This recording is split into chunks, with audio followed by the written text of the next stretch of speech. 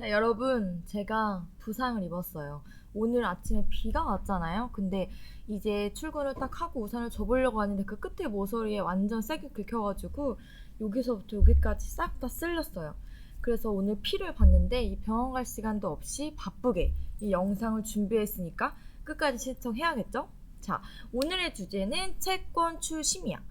이 2008년의 글로벌 금융위기 이후에 10여 년 만에 부동산 관련 부채에 빨간불이 켜졌는데 이 3월 19일 금융투자업계와 건설업계에 따르면은 이 미분양 증가나 부동산 시장 한파에 그리고 미국 실리콘밸리 은행 등의 해외은행 문제까지 겹치면서 이 국내에서 부동산 프로젝트 파이낸싱 PF라고 부르지 이 부실 우려가 다시 확산이 되고 있다고 하는데 이게 시장에선 부동산 경기 불안에 전 세계 금융 불안이 확산하면은 부동산 PF 위험이 현실화될 것으로 보고 있고 일부 금융권역과 건설사들을 주시하고 있는데 그래서 우리가 먼저 공부해볼 업종이 바로 채권 출심이야.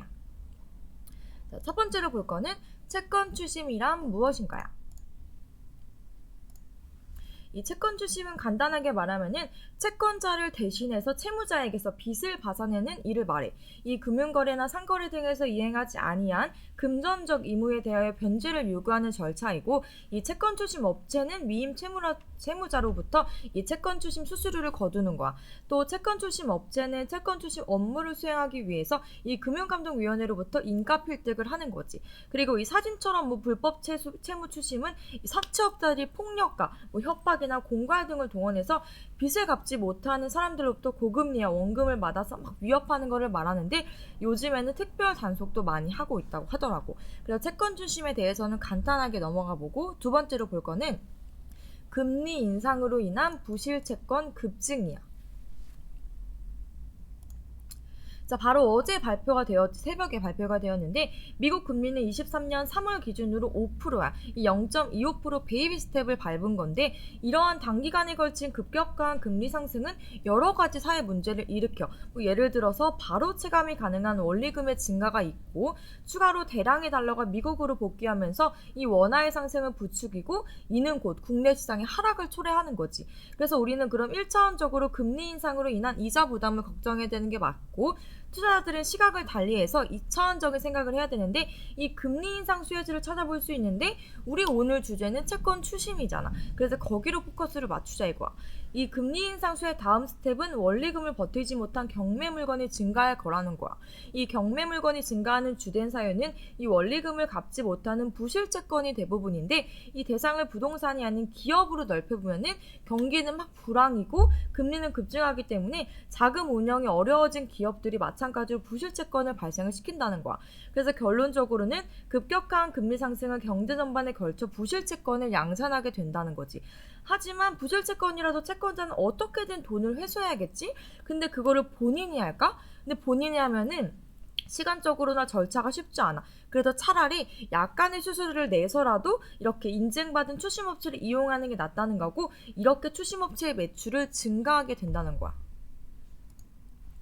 자, 부실채권은 더욱더 증가할 거고 추심업체의 매출도 계속 증가할 건데 요약을 해보면은 급격한 금리 인상, 채무 불이행 증가, 부실채권 증가, 채권 추심업체 매출 증가, 그 다음에 추가로 금리 인상, 그리고 또 채무 불이행 급증, 부실채권 급증, 채무 추심업체 매출 급증 이렇게 계속 사이클이 돈다고 생각하면 되게 이해하기 쉽겠지. 그래서 이거를 저장해놓고 보면 좋을 것 같아.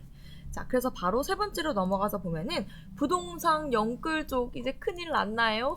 본격적인 지옥 구경이라고 하는데 물론 희망도 있다는 거 잊지 마. 자, 그러면은 먼저 이 부동산 관련해서 보자. 2008년 글로벌 금융위기 이후에 10여 년 만에 부동산 관련 부채 이제 빨간불이 켜졌어.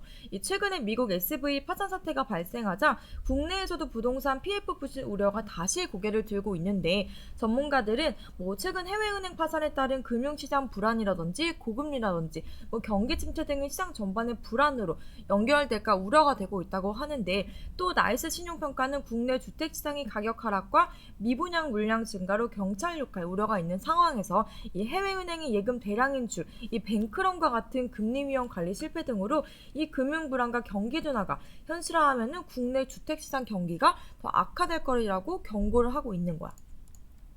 자, 지난해 기준금리 인상과 레고랜드 사태에 이어서 최근에 미국 실리콘밸리 은행 파산까지 이 악재가 이어지면서 점점 부동산 시장이 힘들어지는 건데 20일 금융권에 따르면은 이 저축은행들이 지난해 3분기 기준 부동산 PF 대출 잔액은 10조 6천억 원으로 집행이 됐다고 해. 진짜 미쳤지. 그리고 또 문제는 지난해 하반기 레고랜드 사태 등으로 부동산 PF 시장이 경색되자 이 채권이 부도로 이어져서 회수하지 못할 것으로 예측되는 이 부실 채권이 늘어났다는 거. 아까 뭐라고 했어? 부실 채권이 늘으면은 채권 시장의 매출이 더 늘어난다고 말을 했지. 이거를 보면은 금융권이 부동산 PF 대출 연체 잔액이 1조 원을 돌파했는데 9월 말 기준이니까 이 표가 지금은 더 늘었겠지. 그리고 보면은 증권사의 PF 대출 연체 잔액이 3,638억 원으로 가장 많고 연체율도 8.2%로 전 업권 가운데 제일 높아. 여기서 부동산 PF 대출이 뭔지 궁금할 수도 있는데 이 부동산 PF는 금융사가 시행사의 뭐 아파트나 상가, 뭐 전물 착곡이나 분양에 필요한 자금을 융통하는 상품이라고 생각을 해주면 될 것 같아. 그래서 담보가 없고 미래 개발 가치를 판단해서 돈을 빌려주는 거야. 그래서 기준금리가 오르면서 상황이 여러 개 저하될 수 있다는 우려가 점점 커지고 있는 거지. 자, 시장 침체로 책임증권과 신용공여를 제공해줄 시공사 선정에도 어려움을 겪고 있어. 이 시공사 선정이 정말 어려움을 겪고 있는 건설사들이 되게 많은데 이 자금 조달과 사업 진행이 되지 않고 있다고 하고 이 시행업계는 잠정 휴업 상태에 들어간 업체들도 있다고 하는데 이 부동산 시장이 화랑일 때 개발 사업을 위해서 대거 토지를 사둔 곳들은 사업을 진척시키지 못하고 금융 비용만 지불하면서 이제 버티고 있다고 해. 자, 이것도 보면은 미분양이 한 달 새 1만 가구가 급증하면서 위험수위 5만 가구가 넘었다는 기사야. 이 집값 하락 전망이 확산하는 데다가 금리 인상에 따른 대출이자 부담이 커지자 이 분양을 받으려는 사람이 줄어들고 있다는 거야. 그래서 통상적으로 부동산 업계에서는 전국 분양 물량이 10%가 넘는 이 5만에서 6만 가구를 위험 수위로 판단하는데 작년에 11월, 12월 달에는 이 수준을 넘어선 거고 미분양 주택주의가 늘어나는 게 속도가 가파르다고 해. 진짜 문제지. 이게 집을 청약이 당첨돼도 문제야. 고금리 때문에. 그치? 그래서 분양이 잘 안 되면은 건설사는 자금난을 겪게 되는 거고 이에 따른 공급 부족 사태로 이어지는 등 부동산 시장의 미분양 증가가 미치는 파장이 엄청나다고 해. 사실 엄청나게 여러 곳에서 투자를 받겠지. 아파트를 혼자 짓는 게 아니니까. 그래서 피해가 크다 이거. 이렇게 고금리에 따른 부실채권의 증가로 채권 출심하는 기업들이 실적이 좋아질 거란 기대감도 높아지고 있고 부실채권, 채권 출심에 대한 관심이 뜨거워지면서 이 채권 출심과 관련 기업들이 강세를 보이고 있는데 근데 장기 침체의 늪에 빠진 부동산이지만 그래도 희망은 있을 거 아니야. 그래서 이거를 보면은 자, 정부의 부동산 규제 완화 정책을 많이 내놓기도 했어. 그래서 기대감은 이달 주택사업 경기 전망 지수가 전월 대비 상승을 했는데 정부가 부동산 시장 연착륙을 위한 규제 완화 정책을 적극 시행하면서 주택사업자들이 느끼는 경기 전망도 개선된 것으로 보이는데 이 규제 완화 정책으로 실질적인 거래량 증가와 주택 건설 사업 불안정성 완화에 대한 기대감이 이 전망 지수의 전국적 상승에 일조를 한 거지. 그래서 최근에 SVA 파산과 기준금리 인상 등 국내 금융시장의 영향을 받을 경우에는 이 자금 조달 지수가 비록 악화될 가능성은 사실 있어. 이게 계속 오르면 좋겠지만은 분명히 또 하락이 나올 가능성이 있지만 점점 개선이 되고 있는 모습을 우리가 확인할 수 있다는 거고 규제 완화로 이제 수도권 부동산 시장에는 봄바람이 불고 있지만 지방은 여전히 빙하기라고 하는데 이게 수도권만 좋아지는 게 아니라 지방권도 좋아지길 바라면서 한번 기다려보면 좋을 것 같아요.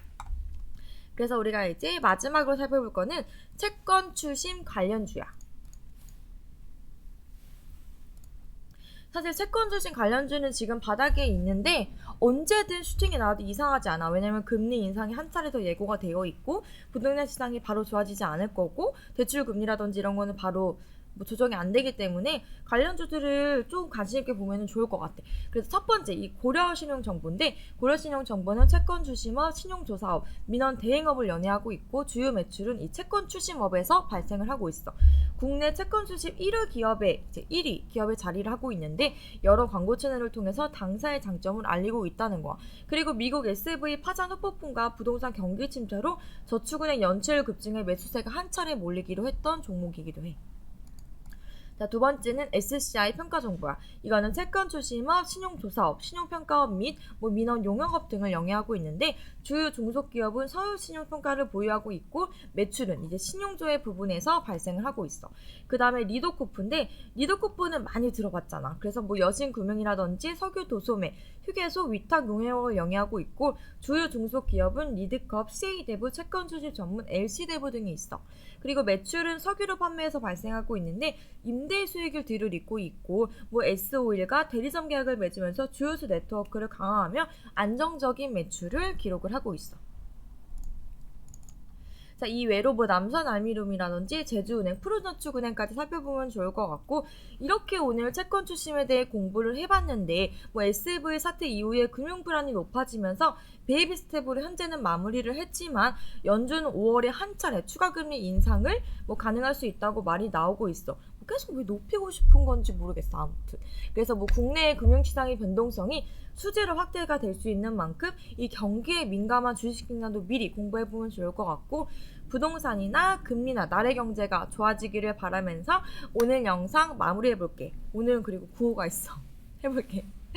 나라가 살아야 투자자가 산다. 안녕.